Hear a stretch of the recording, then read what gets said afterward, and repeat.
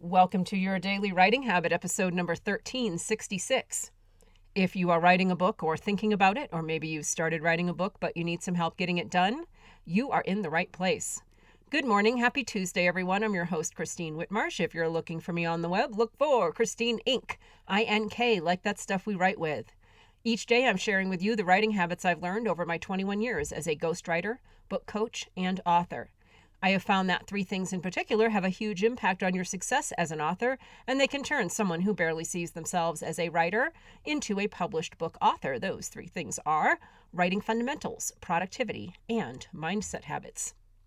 Here's today's quote. A company asked why it was so hard to hire a good writer. I told them it was because good writing is an illusion. What people call good writing is actually good thinking. And of course, good thinkers are rare. Paul Graham. And I grabbed that quote off of Twitter.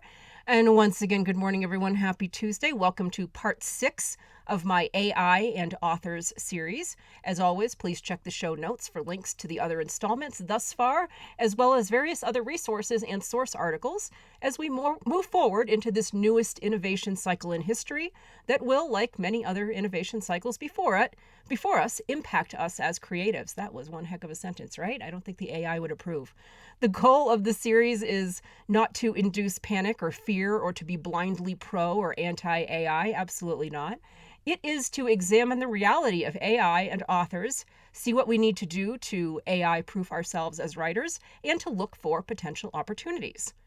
This week, let's dig into one of the points I've been reiterating a few times about how artificial intelligence at its essence is a tool to support our existing workflows, rather than a mysterious, unknown science fiction force out to destroy humanity.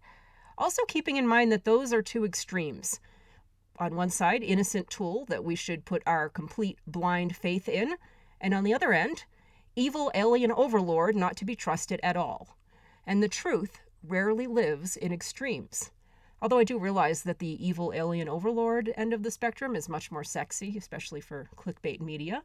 But before we worry about AIs becoming sentient, let's start with how to make it valuable, especially in the real world.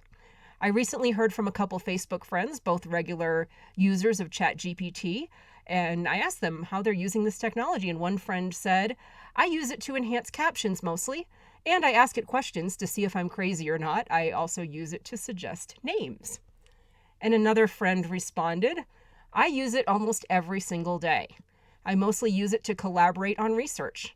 I have also used it to help generate course topics and give me stems to test questions. It's least useful for gathering peer-reviewed facts. It makes up sources unless you ask it not to. It's most useful for out-of-the-box thinking. For example, I gave it a theory I'm using and asked what the impacts would be if the theory were found useful. It went outside my industry and came up with some very original ideas. So I was inspired and I gave ChatGPT a whirl. Actually, I've been whirling it a lot. And I assigned it a task that is part of my regular workflow as a ghostwriter. So I input a large meandering paragraph from a ghostwriting call transcript, and I asked it to summarize the major points. As I kind of expected, it accurately summarized the major points, but not in a way that I would ever write in a client's book. More like a book report than something in the client's voice and a unique style of the book.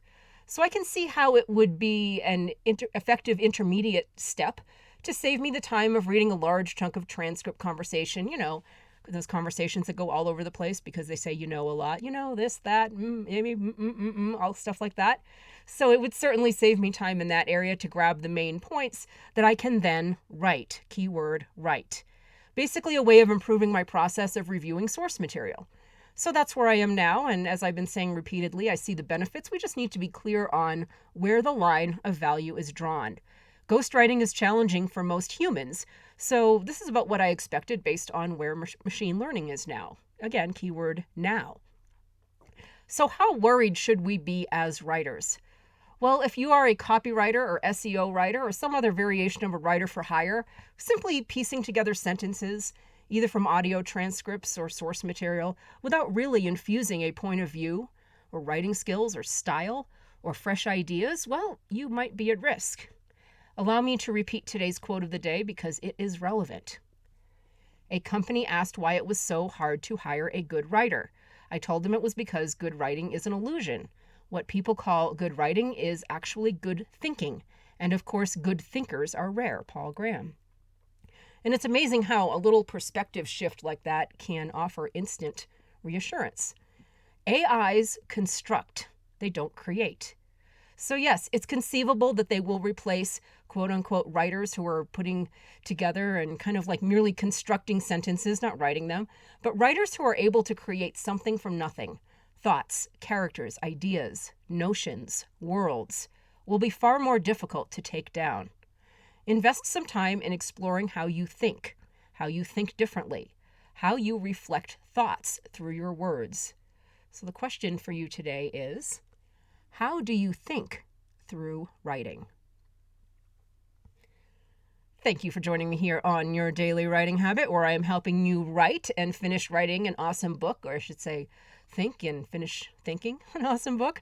Be sure and drop by my Inc. Authors group on Facebook for motivation, accountability, book writing, publishing resources, and more. And again, remember to check the show notes, tons of stuff. And as the series gets longer and longer, there's more and more links because I include the links to all the parts before this. So parts 1 through 5 as of now, today being part 6.